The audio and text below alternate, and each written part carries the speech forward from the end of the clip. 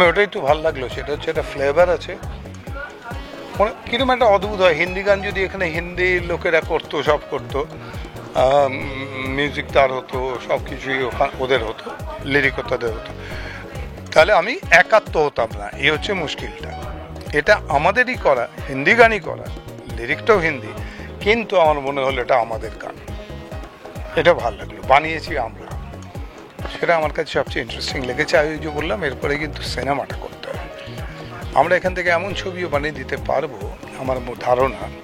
মানে এখানে যারা ওটিটি করছে, খুব ভালো কিছু ওটিটি করে, দারুণ ওটিটি করে, সেরকম ডিরেক্টররা যদি ছবি বানায় হিন্দিতে, পরে কিন্তু ওটাই ডাব করে ওরা দেয়, ডিফারেন্ট জায়গায় পাঠিয়ে দেয়। তো তা যদি পসিবল হয়, তাহলে ছবিটা কেন হবে না? তো ছবিটা গ্র্যান্ডিয়ার ফিল্ম একটা করেই যেতে পারে।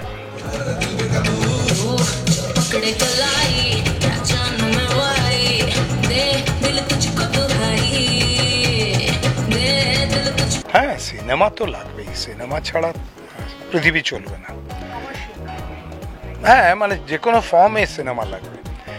ইংলিশের সুবিধা হচ্ছে কি, ওদের তো পুরো পৃথিবীটা রাজ্য, সেই জন্য ওদের একটা খুব হয়তো ক্লাসিক ছবিও চলে যাবে, কারণ তার পার্সেন্টেজ হয়তো দেখবে হয়তো সারা পৃথিবী জুড়ে 15%, কিন্তু তাতেই তার পয়সা উঠে যাবে।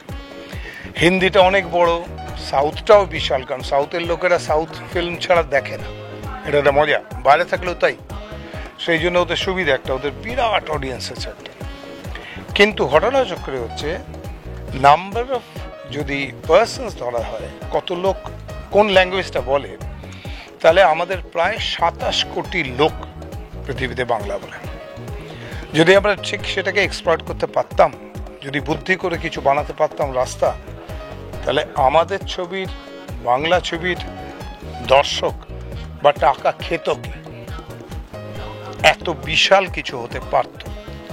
27 কোটি লোক, তার মধ্যে যদি 10 কোটি লোকও রেগুলার ছবি দেখতো, আমাদের যথেষ্ট ছিল আমাদের জন্য, তাহলে এই হলগুলো উঠতো না, আমরা অনেক বেশি মাল্টিপ্লেক্সেস পেয়ে যেতাম।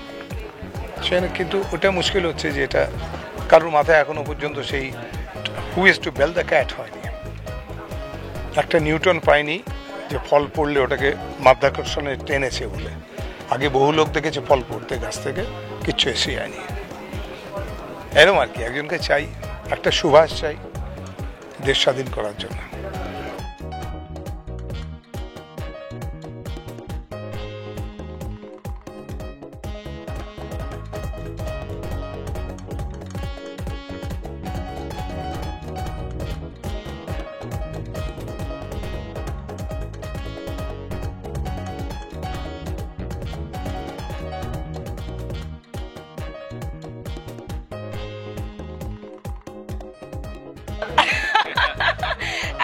কি বলবো, মানে আমি যতই মিষ্টি হওয়ার চেষ্টা করি, সেই ঘুরে ফিরে একটু তিখি মির্চি টাইপেরই হয়ে যায়। তো সেটাই হয়তো ফিরনিমালাইয়ের গানটা হয়তো ফিরনিমালাই সুইট, বাট ইটস মানে নট সো সুইট, একটু তো বুঝতে পারছো স্পাইসি অ্যান্ড চিলি ব্যাপারটা আছে। জোকস আ পার্ট। তো ফার্স্ট অফ অল, অনেক দিনের পরিশ্রম, অনেক দিনের ওয়েটিং, অনেক দিনের খাটনি, আজকে সেটা আমাদের রিলিজ হলো finally. So I am super super super excited. দর্শকরা, তোমরা সবাই কি বলবে, তোমাদের কেমন লাগলো, তোমাদের কি রিভিউ, সেটা আমার কাছে, আমার ফুল টিমের কাছে খুব ইম্পর্টেন্ট।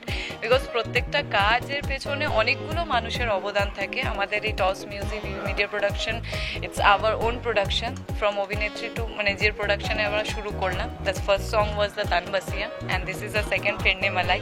চেষ্টা করেছি একটু বলিউড, একটু সাউথ, একটু অন্যরকম কিছু করার, দর্শকের কাছে বাংলায় থেকে যে চিরঞ্জিত স্যার বললেন যে হিন্দির ফ্লেভারটা আনা, সাউথের ফ্লেভারটা আনার, আমরা চেষ্টা করতে পারি, because we are just started.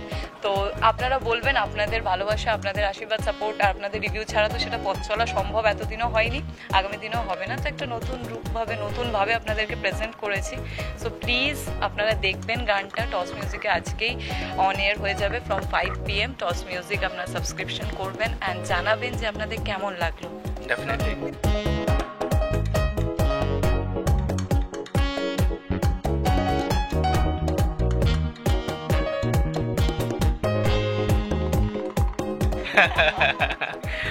First time we are sharing the screen. হ্যাঁ, ফার্স্ট টাইম।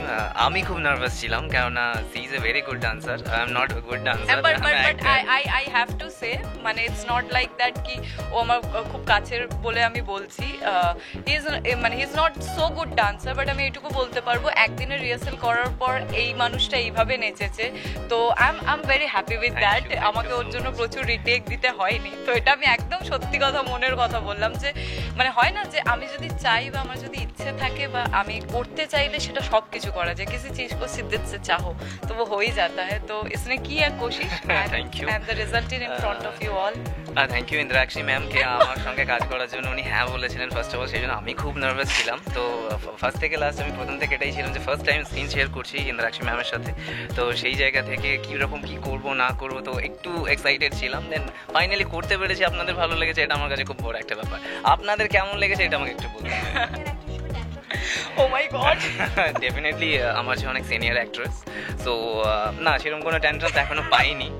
অনেক কিছু শিখতে পারি, অনেক কিছু শিখতে পেরেছি, অ্যান্ড সকল সময় গাইড করে যে এটাকে এইভাবে করা। করি না, বাট হয় ইটস ইউ নো আর এখানে পিপল tantrums শুটিং করে অনেক কোনো- সময় অনেক নিজের প্রোডাকশন ট্যান্ট্রামস দেখে ওইটাই লস্ট বলতে আমারই হবে, যাচ্ছিলাম। বিশ্বাস করো ট্যান্ট্রামস দেখিও আমি কিছু করতে পারিনি।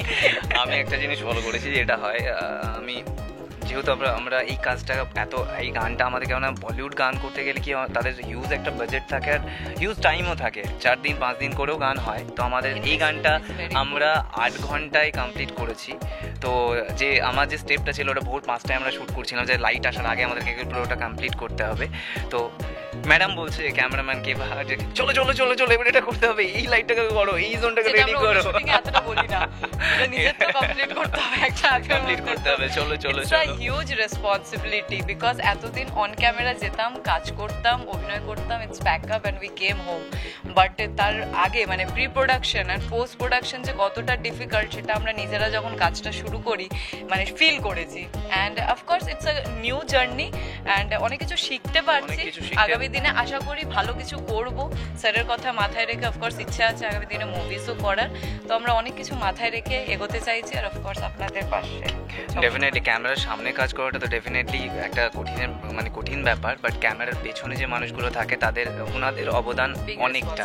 ওনারা ঠিকঠাকভাবে না থাকলে আজকে আমরা যারা ক্যামেরার সামনে দাঁড়াই সেগুলো পসিবল নয়। It's a team work. Even আপনারাও এইভাবে আছেন বলে আজকে আমরা এখানে আছি। তো thank you you people all behind the camera, thank you for coming and এত ভালোবাসার জন্য thank you so much. Thank you so much.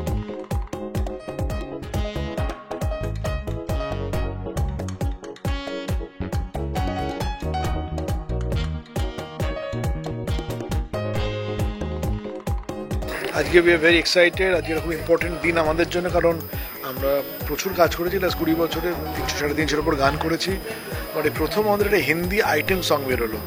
আমরা আমাদের রোম্যান্টিক জনরা থেকে বেরিয়ে প্রথম একটা আইটেম সঙের জনরায় ঢুকলাম, এবং আমাদের অত্যন্ত ঘনিষ্ঠ ছোটো ভাই ইয়াশ এবং ইন্দ্রাক্ষী গানটার প্রোটাগনিস্ট গানটা শ্যুট করেছে খুব বড়োভাবে, খুব বড় একটা সিনেমার গানের মতো। ইউটিউবে এটা এক্ষুনি লঞ্চ হয়েছে, আই এম শিওর আপনাদের সবার ভালো লাগবে, and we are very excited. ফিরনি মেলায় বেসিক্যালি একটা আইটেম সং এবং খুব এনার্জেটিক রিদমিক সং আপনারা দেখলেন। অ্যান্ড যেটা শিলাদিত্য বললো বাস সেম আমারও একই কথা, and it's a very beautiful song and খুব ভালো কাজ করেছে ইয়াশ এবং ইন্দ্রাশ্রী। আজকে গানটা খুব বড়োভাবে বেরোলো এবং লেটসি দর্শকদের কেমন লাগে। Thank you very much. Thank you. Be with the time actually. আমরা চেয়েছিলাম যে কলকাতা থেকে বসে এখন এই সাউথ ইন্ডিয়া তামিল তেলেগু যে ধরনের গান হচ্ছে সেরকম ধরনের গান চট করে তো বাংলা ছবিতে করার স্কোপ থাকে না, so we thought why not we do independent song, যেটাতে একটা ওই ধরনের কাজ করার স্কোপ আমরা নিজেদের মতো করে করতে পারি। শিলাদিত্য সোম ইস এ ন্যাশনালি, বলতে গেলে আমরা ন্যাশনালি এখন আমরা কাজ করছি। তো এতদিন ধরে একটা আমরা রিজিওনালি কাজ করছিলাম, so now we are proceed for nationally, এবং এটা আমাদের প্রথম হিন্দি কাজ হলো। সো লেটস সি, আগে আরো অনেক হিন্দি কাজ আমাদের করার ইচ্ছা আছে। আর আপকামিং অনেকগুলো সারপ্রাইজ আছে, এবং খুব আমাদের বড় কাজ খুব শিগগিরই বেরোবে। মিউজিক কোম্পানিটা বলছি না, ঠিক 90s বা 2000 সালের প্রথম দিকে কুমার শানুর যার গান শুনে আমরা বড় হয়েছি, যার অনেক গান আমরা সুর করেছি, প্রচুর গান শানুদার আমরা করেছি। শানুদার একটা খুব ভালো হিন্দি রোম্যান্টিক ডুয়েট, ঠিক যেভাবে আশিকি সালজান দিলেকে মান্তানিতে ছিল, ওই ধরনের গান নিয়ে আবার খুব শিগগিরই আমরা আসছি, হয়তো 2-3 মাসের ভেতরেই বেরোবে গানটা, খুব বড় হবে।